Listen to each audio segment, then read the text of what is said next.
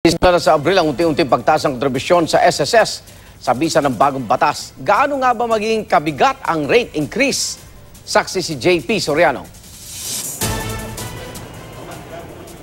Accounting assistant sa isang structural design company si Connie. 1,790 pesos ang monthly SSS contribution niya na pinaghahatian nila ng kanyang employer. Pero dahil sa bagong SSS law, mula sa dating 11% magiging 12% na ang contribution rate. Kaya ang dating 581 pesos and 30 centavos na kinakaltas kay Connie kada buwan, magiging 800 pesos na. Parang lumalabas, almost 200 yung naging increase. Kung yung 200 plus na yun, pan-diaper na din yun.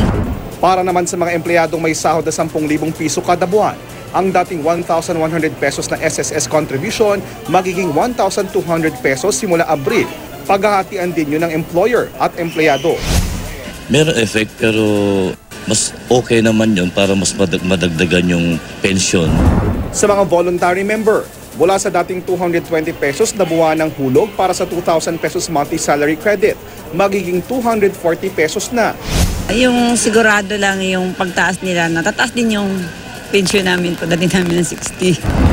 Sa mga kasambahay na sumasahod ng 5,000 pesos kada buwan, mula sa dating 560, magiging 610 pesos na ang contribution. Target daw ng SSS na makapagdagdag ng 15% na dagdag singil.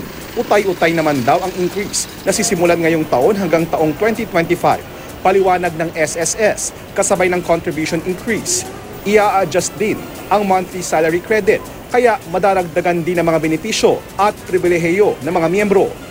Inaasahan ding madaragdagan ang pension fund ng SSS na 31 billion pesos. Ayon sa SSS, dahil sa pagpapatupad na ng bagong batas ay itatagal ang fund life o buhay ng pondo ng SSS hanggang taong 2045. Bagay na ayon sa mga miyembro ay sana'y mapakinabangan nila ng husto kapag sila ay nagretiro. Susunod ang Employers Confederation of the Philippines sa dagdag sa SSS contribution alinsunod sa batas. Pero nangangamba sila para sa maliliit na negosyo. Employer, pag dinagdagan mo ng ng cost, especially labor cost, minimum wage, saka yung mga ganyan benefits, dalawa lang naman ang choice dyan eh. Kung ba ipapatong sa presyo, kung hindi, magbabawas ng tao.